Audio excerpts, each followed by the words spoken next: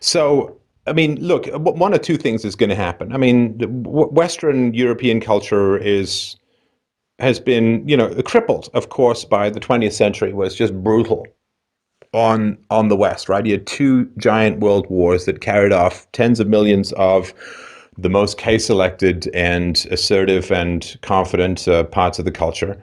And, we're left with kind of the dregs, kind of like a bunch of weak-kneed social justice warriors who need hug rooms when they encounter data counter to their own prejudices. So, you know, either either the culture is going to just fade away. At least, maybe we'll all end up living in Iceland or New Zealand or something like that. I don't know. But either the culture is just going to fade away, which, it's evolution. I mean, this is you either stand up for, for who you are or you don't. And if you don't stand up for who you are, then you get overrun. Right?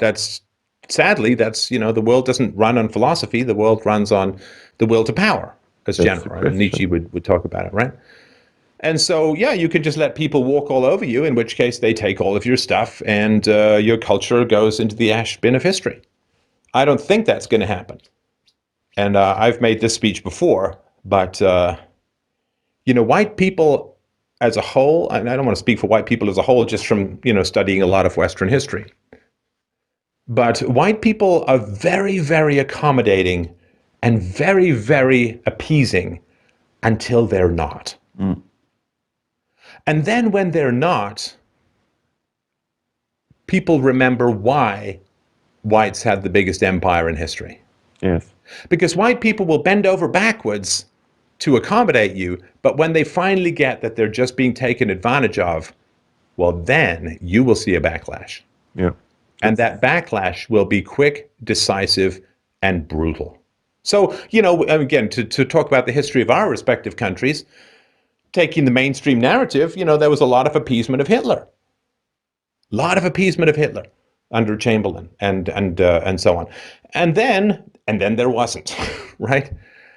And then there was a whole lot of not, right? And my mother, of course, who's German and suffered through intense bombings. And there was, the British people were like, okay, no war, no war. Okay, we're going to have war. Fuck you. But at some point, people are going to go, I have just woken up. I do not recognize this country. I'm going to fight back. And the white backlash trigger switch is turned on. And then whites change to become like completely unrecognizable. Mm. Hey, where was this nice person, right? Before, where was this nice person who just wanted to help out? It's like, well, they're nice. White people are nice until they're not. And then they're really, really not nice. Indeed. And people forget that. And then, boom, it's weird what happens in history. There's just this crazy switch. And the British people were terrified of war because everybody in the 1930s thought that with the advent of the bomber, everybody would just be wiped out the moment war was declared.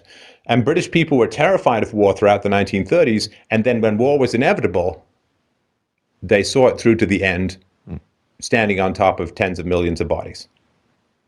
And the Germans too, right? The Germans accepted some of the Versailles Treaty and were willing to have an army of less than 100,000 and no air force and so on until they weren't. Mm-hmm.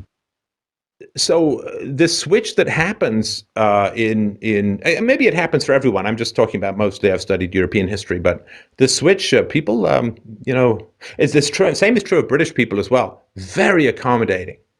Very polite, bend over backwards. But boy, the moment they realize that you have bad intentions and you're just there to take advantage of them, all of that stored up goodwill turns immediately to a cold anger.